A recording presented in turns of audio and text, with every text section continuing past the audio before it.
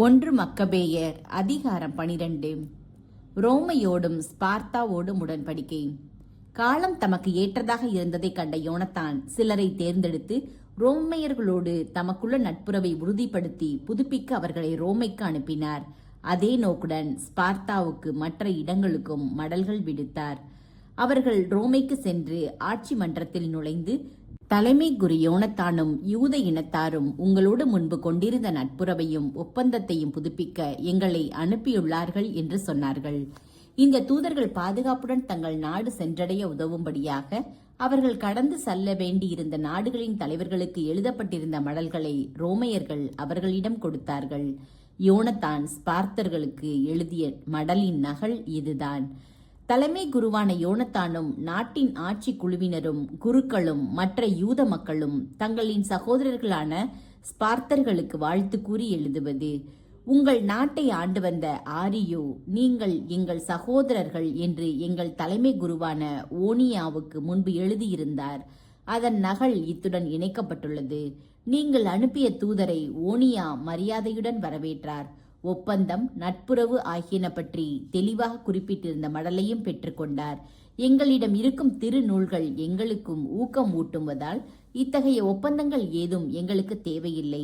எனினும் உங்களோடு நாங்கள் கொண்டுள்ள சகோதர உணர்வையும் நட்புறவையும் புதுப்பிக்க உங்களுக்கு மடல் அனுப்பியுள்ளோம். ஏனென்றால் உங்களோடு நாங்கள் கொண்டுள்ள நட்புறவை முறித்து கொள்ள விரும்பவில்லை. மேலும் உங்களிடமிருந்து மடல் வந்து வெகு காலம் ஆயிற்று. நாங்கள் எங்கள் திருநாள்களிலும் மற்ற சிறப்பு நாள்களிலும் செய்யும் பலிகளிலும் வேண்டுதல்களிலும் இடைவிடாமல் உங்களை நினைவு கூர்கிறோம். ஏனெனில் சகோதரர்களை நினைவு கூர்வது நல்லதும் பொருத்தமும் ஆகும். உங்கள் புகழ் கண்டு நாங்கள் மகிழ்ச்சி அடைகிறோம். பல துன்பங்களும் போர்களும் எங்களை சூழ்ந்து கொண்டிருந்தன. சுற்றிலும் இருந்த மன்னர்கள் எங்களை எதிர்த்து போர் செய்தார்கள். இந்த போர்களில் உங்களுக்கோ நட்பு நாடுகளுக்கோ நம் நண்பர்களுக்கோ தொந்தரவு கொடுக்க நாங்கள் விரும்பவில்லை. விண்ணக இறைவனின் உதவி எங்களுக்கு இருந்ததால் எங்கள் பகைவர்களிடமிருந்து நாங்கள் காப்பாற்றப்பட்டோம். எங்கள் பகைவர்கள் முறியடிக்கப்பட்டார்கள். ஆதலால் அந்தியோக்கின் மகன் நூமேனியையும் யாசோனின் மகன் அந்திபார்த்தரையும் தேர்ந்தெடுத்து ரோமையர்களோடு நாங்கள் முன்பு கொண்டிருந்த நட்புறவையும் ஒப்பந்தத்தையும் புதுப்பிக்க அவர்களிடம் அனுப்பியிருக்கிறோம். உங்களிடம் வந்து உங்களுக்கு எங்கள் வாழ்த்துக்களை தெரிவிக்குமாறு அவர்களுக்கு கட்டளை கொடுத்திருக்கிறோம். நமக்கிடையே உள்ள சகோதர உறவை புதுப்பிப்பது தொடர்பான எங்கள் மடலை அவர்கள் உங்களிடம் கொடுப்பார்கள். எங்களுடைய மடலுக்கு பதில் எழுதும்படி இப்போது கேட்டுக்கொள்கிறோம். ஸ்பார்த்தர்கள் ஓனியாவுக்கு விடுத்த மடலின் நகல் இதுதான். ஸ்பார்த்தர்களின் மன்னர் ஆரியோ தலைமை குரு ஓனியாவுக்கு வாழ்த்து கூறி எழுதுவது: ஸ்பார்த்தர்களும் யூதர்களும் சகோதரர்கள் என்பதும் ஆபிரகாமின் வழிமரபினர் என்பதும் ஆவணத்தில் காணப்படுகின்றன.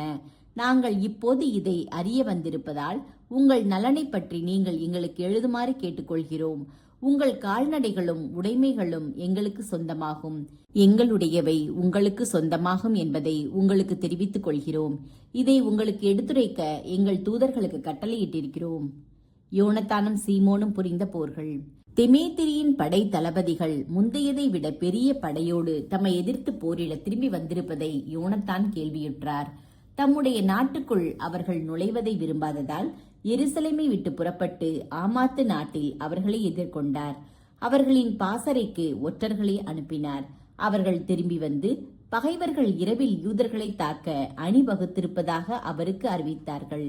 கதிரவன் மறைந்தபோது தம்முடைய ஆள்கள் போருக்கு இரவு முழுவதும் படை கலன்களோடு விழித்திருக்குமாறு யோனத்தான் கட்டளையிட்டார். பாசறையை சுற்றிலும் காவற்படையை நிறுத்தினார். யோனத்தானும் அவருடைய ஆள்களும் போருக்கு முன்னேற்பாடாய் இருந்தார்கள் என்று பகைவர்கள் கேள்விப்பட்டு அஞ்சி மனக்கலக்கமுற்றார்கள். தங்களது பாசறைக்கு நடுவே தீ மூட்டிவிட்டு ஓடிவிட்டார்கள். யோனத்தானும் அவருடைய ஆள்களும் தீ எறிவதை கண்டார்கள். ஆனால் எதிரிகள் ஓடிவிட்டதை பொழுது விடியும் மட்டும் அறியவில்லை. யோனத்தான் அவர்களை துரத்தி சென்றார். ஆனால் அவர்களை பிடிக்க முடியவில்லை. ஏனெனில் எலூத்தர் ஆற்றை அவர்கள் ஏற்கனவே கடந்து விட்டார்கள்.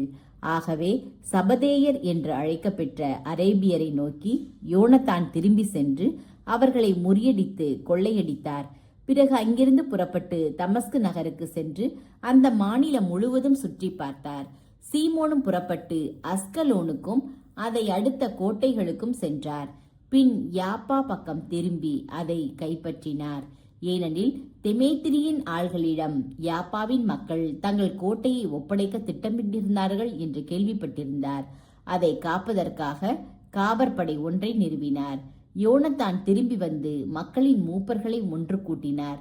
யூதேயாவில் கோட்டைகளை கட்டவும், எருசலேமின் மதில்களை இன்னும் உயரமாக எழுப்பவும், கோட்டைக்குள்ளும் நகருக்கும் நடுவே உயர்ந்த தடுப்பு சுவர் எழுப்பி, காவற்படையினர் நகருக்குள் சென்று எதையும் வாங்கவோ விற்கவோ கூடாதவாறு கோட்டையை நகரினின்று துண்டித்து விடவும் அவர்களோடு சேர்ந்து திட்டமிட்டார். ஆகவே நகரை வலுப்படுத்த எல்லாரும் கூடி வந்தனர். ஏனெனில் கிழக்கே பள்ளத்தாக்குக்கு மேல் இருந்த மதிலின் ஒரு பகுதி ஏற்கனவே விழுந்துவிட்டது.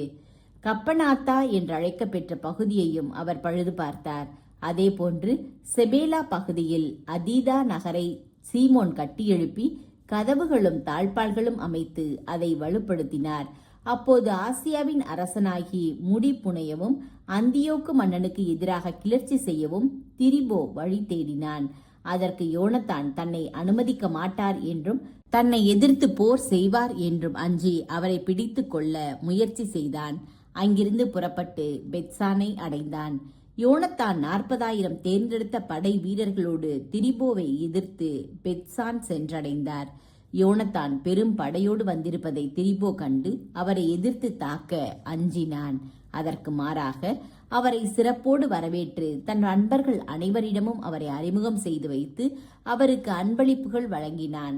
தனக்கு கீழ்ப்படிவது போலவே அவருக்கும் கீழ்ப்படிய வேண்டும் என்று தன் நண்பர்களுக்கும் படை வீரர்களுக்கும் கட்டளையிட்டான். பின் யோனத்தானை நோக்கி, நமக்கிடையே போரே இல்லாத சூழ்நிலையில் இவ்வீரர்கள் எல்லாருக்கும் இத்துணை தொல்லை கொடுப்பானேன்?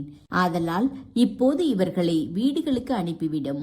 உம்முடன் இருக்க சிலரை மட்டும் தேர்ந்து கொண்டு என்னோடு தாளமாய் நகருக்கு வாரும். அதையும் மற்ற கோட்டைகளையும் எஞ்சியிருக்கும் படைகளையும் அலுவலர்கள் அனைவரையும் உம்மிடம் ஒப்படைத்துவிட்டு நான் வீடு திரும்புவேன். இதற்காகவே நான் இங்கு வந்தேன் என்றான். யோனத்தான் அவனை நம்பி அவன் சொற்படி செய்து தம் படைகளை அனுப்பிவிட்டார். அவர்கள் யூதேயா நாட்டுக்கு திரும்பினார்கள்.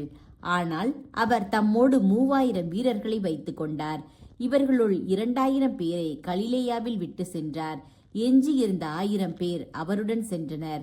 யோனத்தான் தாளமாய் நகருக்குள் நுழைந்த போது அந்த நகரத்தார் வாயில்களை அடைத்து அவரை பிடித்து கொண்டனர்.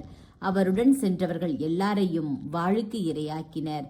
மேலும் யோனத்தானுடைய வீரர்கள் எல்லாரையும் கொல்வதற்கு காலார் படையினரையும் குதிரை வீரர்களையும் கலிலேயாவுக்கும் பெரிய சமவெளிக்கும் திரிபோ அனுப்பினான்.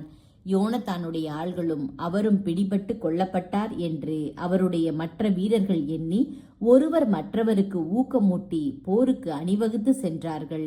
துரத்தி வந்த பகைவர்கள் தங்கள் உயிருக்காக இவர்கள் போராட துணிந்திருந்ததைக் கண்டு திரும்பிவிட்டார்கள். இவர்கள் அனைவரும் பாதுகாப்போடு யூதேயா நாட்டுக்கு திரும்பி சென்ற யோனத்தானுக்காகவும் அவருடன் மடிந்தவர்களுக்காகவும் துயரம் கொண்டாடினார்கள். அவர்களை பேரச்சம் ஆட்கொண்டது. இஸ்ரேல் நாடு முழுவதும் துயரில் ஆழ்ந்து புலம்பியது. சுற்றியிருந்த பிற இனத்தார் அனைவரும் அவர்களை அழித்தொழிக்க தேடினார்கள். ஏனெனில் அவர்கள், இவர்களுக்கு தலைவனோ உதவியாளனோ இல்லை. ஆதலால் இப்போது இவர்கள் மீது நாம் போர் தொடுத்து மனிதர்களிடையே இவர்களின் நினைவு அற்று போகும்படி செய்வோம் என்று சொல்லியிருந்தார்கள்.